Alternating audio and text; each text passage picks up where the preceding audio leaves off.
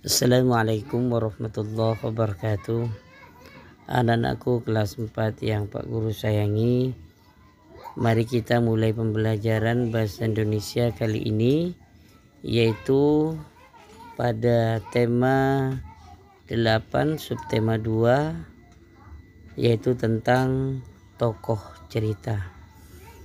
Adapun tujuan pembelajaran pada hari ini yaitu agar kalian dapat memahami unsur intrinsik cerita yang titik fokusnya kepada tokoh dalam cerita. Cerita fiksi mempunyai unsur intrinsik. Unsur intrinsik adalah unsur yang dapat membangun atau membentuk sebuah cerita. Nah, anak-anakku, kemudian selanjutnya unsur intrinsik cerita fiksi diantaranya yaitu alur, tokoh dan penokohan, kemudian latar, sudut pandang, gaya bahasa, tema, serta amanah atau pesan yang terdapat di dalam cerita fiksi tersebut. Nah, anak-anakku, untuk unsur-unsur intrinsik yang akan kita bahas pada pertemuan kali ini, yaitu kita fokus pada unsur intrinsik yaitu berupa tokoh.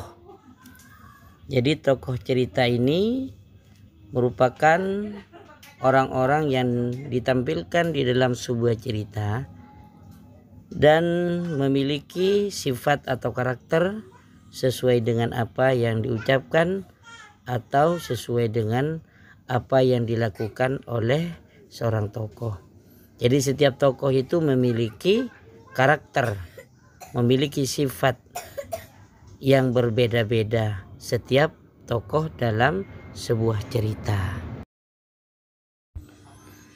Berdasarkan fungsi tokoh dalam sebuah cerita, maka tokoh dapat dibedakan menjadi dua, yaitu yang pertama adalah tokoh sentral dan yang kedua yaitu tokoh bawaan. Selanjutnya, tokoh sentral terbagi menjadi dua. Yang pertama yaitu tokoh sentral protagonis, yang artinya tokoh yang membawakan nilai positif. Dan yang kedua yaitu tokoh sentral antagonis, artinya yaitu tokoh sentral yang membawakan nilai-nilai negatif. Dan tokoh sentral antagonis ini selalu bertentangan dengan tokoh sentral protagonis. Selanjutnya tokoh bawaan atau disebut dengan tokoh pendukung tokoh sentral, yaitu terbagi menjadi tiga. Yang pertama adalah tokoh andalan yang merupakan tokoh kepercayaan tokoh sentral, dan yang kedua yaitu tokoh tambahan yang berarti tokoh yang sedikit membawa peran, dan yang ketiga yaitu tokoh lataran. Tokoh lataran ini merupakan tokoh yang menjadi bagian sebagai latar dalam cerita. Nah, anak-anakku kelas 4, untuk mendalami materi, mari kita saksikan bersama-sama, kita pelajari bersama LKS berikut ini. Kemudian kita lihat halaman 39. Nomor 1, apa judul cerita di atas? Yaitu tentang Roro Jonggrang. Nomor 2, di mana cerita tersebut terjadi? Yaitu di Desa Prambanan. Nomor 3, siapa ayah dari Roro Jonggrang? Yaitu Prabu Baka. Selanjutnya, nomor 4, apa amanat yang dapat kita ambil dari cerita di atas? Yaitu jangan memaksakan kehendak kepada orang lain. Nomor 5, mengapa cerita Roro Jonggrang termasuk jenis legenda? Karena cerita tersebut merupakan asal usul kejadian suatu tempat. Selanjutnya nomor 1, halaman 41. Berikut cerita yang tidak termasuk legenda adalah Kancil yang Cerdik. Nomor 2, tokoh dalam cerita yang digambarkan dengan sifat yang tidak baik disebut antagonis. Nomor 3, salah satu unsur yang terdapat dalam legenda adalah tokoh. Nomor 1, siapa tokoh utama dalam cerita Roro Jonggrang? Yaitu Roro Jonggrang dan Bandung Bondowoso. Siapakah tokoh tambahan dalam cerita Roro Jonggrang? Yaitu Bisumi, para Dayang dan pasukan jin. Nomor 3, di mana batu arca Roro Jonggrang diletakkan? Yaitu di ruang candi yang besar. Tokoh bawahan yang menjadi kepercayaan tokoh sentral atau protagonis atau antagonis dinamakan tokoh andalan. Nomor 4, yang dimaksud dengan tokoh sentral protagonis yaitu tokoh yang membawakan perwatakan yang positif atau menyampaikan nilai-nilai positif. Legenda asal-usul Sungai Kawat berasal dari Kalimantan Barat. Nomor 5, di mana Sungai Kawat berada? Di Kalimantan Barat. Nomor 1, di mana letak kota Karawang? Di Jawa Barat. Sebutkan batas-batas wilayah kota Karawang, yaitu Bekasi, Bogor, Jakarta. Mengapa Karawang disebut sebagai kota industri? Karena banyak pabrik perusahaan. Nomor 4, bagaimana kota Karawang pada zaman dahulu? Jawabannya yaitu kabupaten yang merupakan lumbung padi. Karena itu memiliki lahan hijau. Nomor 5, apa saja perusahaan yang berdiri di kota Karawang? Yaitu industri otomotif dan elektronik. Selanjutnya, Karawang terletak di Jawa Barat. Nomor 2, Karawang merupakan kota industri. Kemudian kalian lihat lagi halaman berikutnya, yaitu apa mata pencarian sebagian besar penduduk Karawang?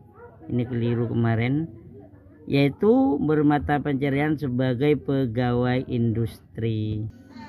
Nomor 5, tokoh yang sedikit sekali memegang peran dalam cerita disebut tokoh tambahan. Selanjutnya, apa pesan moral dari cerita Lok Sinaga? Yaitu sabar dan tidak putus asa dan mampu mengatasi segala hambatan hidup. Selanjutnya, halaman 61, Gunung Jawa Wijaya berada di Papua. Raja Ampat merupakan tempat wisata yang ada di Papua. Nomor 3, fauna khas Papua adalah cendrawasih. Selanjutnya, apa nama hewan yang digunakan untuk melambangkan Papua? Burung cendrawasih. Nomor 2, sebutkan keunikan yang dimiliki Pulau Papua, yaitu banyak tempat wisata. Nomor 3, apa saja unsur intrinsik dalam cerita fiksi? Yaitu alur, tokoh, dan penokohan, latar, sudut pandang, tema, dan juga amanah. Selanjutnya, cerita Roro Jonggrang termasuk legenda. Sifat atau watak yang dibuat oleh pengarang untuk membedakan masing-masing tokoh dalam cerita disebut karakter.